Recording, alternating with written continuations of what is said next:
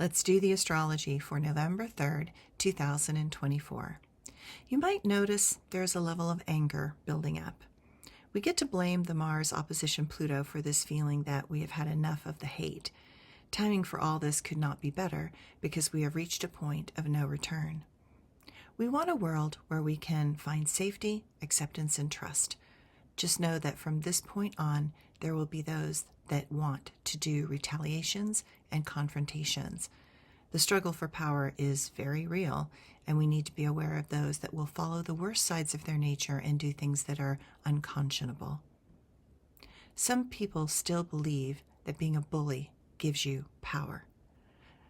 Most sane people just do not have time for such things. There are those that are going to resist the movement towards acceptance and change. Know that we will have to deal and address those that intend to undermine the established courses of law and order. We are going to have to stay unified and demand that the people have chosen for what, and for those that want to flagrantly thwart the law will be held accountable. Know that there will be those that intend to enforce their will to not allow the progress of our world to unfold, but their decision will not unfold in the way they will like. The powerful confrontations have only begun. Many things buried are coming to the surface and emotions are going to run hot. Do not let frustration control your choices and behaviors.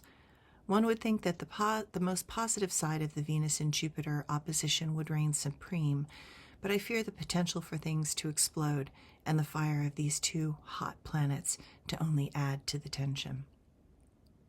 What is clear is that we crave something very new.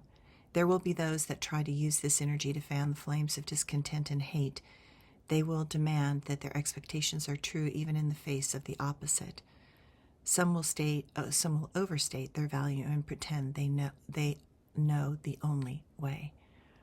We are in a time of intense fear, and that can cause a type of anxiety and restlessness that wants our world to make a major turn away from so much discord and back to a place of sane discourse.